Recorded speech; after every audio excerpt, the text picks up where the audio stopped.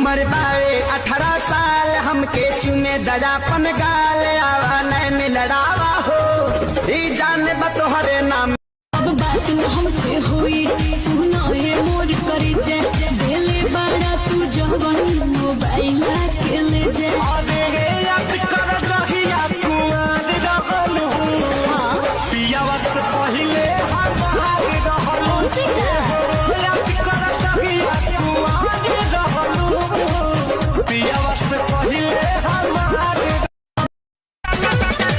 चाहे तू हमसे हिंदुस्तान लिखवा लो। हिंदुस्तान तेरा बाप के हका। अच्छा तो सुनो भारत के छोरा पाकिस्तान लिखवा लो। तू का तारा दादा के हो।